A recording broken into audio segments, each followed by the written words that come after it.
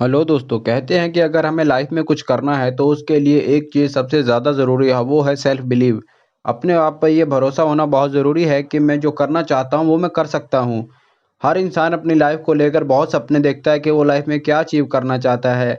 लेकिन जब उन सपनों को पूरा करने के बीच में कुछ प्रॉब्लम्स आने लगती हैं तो ज़्यादातर लोग हार मान जाते हैं और अपने सपनों से पीछे हट जाते हैं।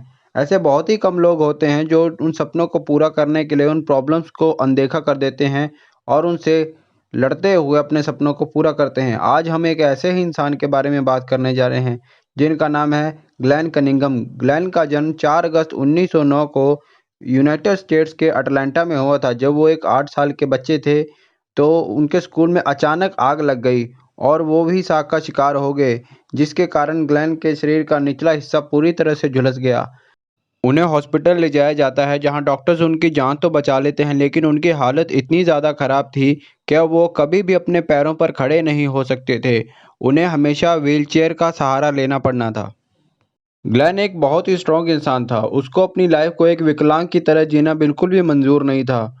वो दौड़ना चाहता था, वो चलना चाहता था, लेकिन उसको ये भी पता था कि जब तक वो व्हीलचेयर पर है तब तक वो ऐसा कुछ नहीं कर सकता। तो एक दिन वो अपने घर के गार्डन में जाता है और अपनी व्हीलचेयर से नीचे उतर जाता है। उससे उसको तकलीफ़ तो बहुत हो रही थी, पर अपने पैरों पर खड़ा होने की चाह उसकी उस तकलीफ़ को बहुत ही छोटा बना रही थी। उनके घर के बाहर गार्डन के चारों ओर फेंसिंग लगी हुई थी और ग्लेन अपने हाथों के सहारे अपने शरीर को घसीटते हुए फेंसिंग के पास चले गए और फेंसिंग का सहारा लेकर अपने पैरों पर खड़ा होने की कोशिश करने लगे, पर वो कामयाब ना हो सके।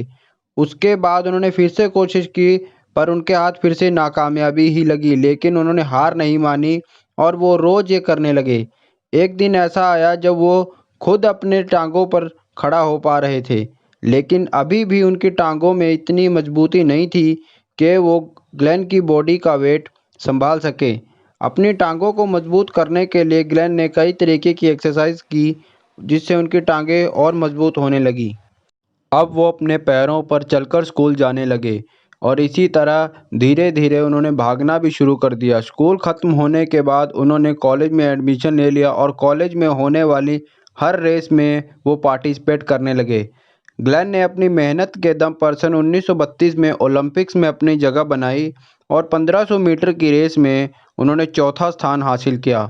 फरवरी 1934 में ग्लेन ने न्यूयॉर्क शहर के मेडिसन स्क्वायर गार्डन में माइल रन को 4 मिनट 6 सेकंड में पूरा करके एक वर्ल्ड रिकॉर्ड बना दिया, जिसको अगले 3 साल तक कोई नहीं तोड़ सका।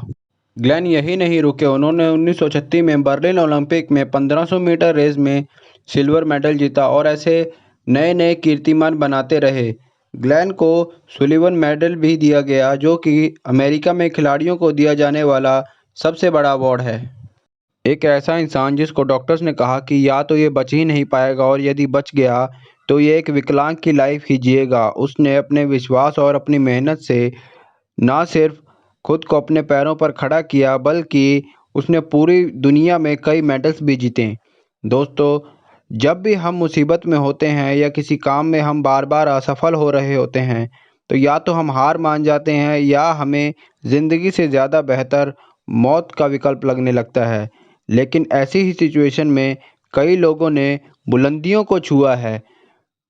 बस ज़रूरत होती है तो खुद में विश्वास रखने की और अपने मन में आने वाले नेगेटिव विचारों को पॉजिटिव में बदलने की।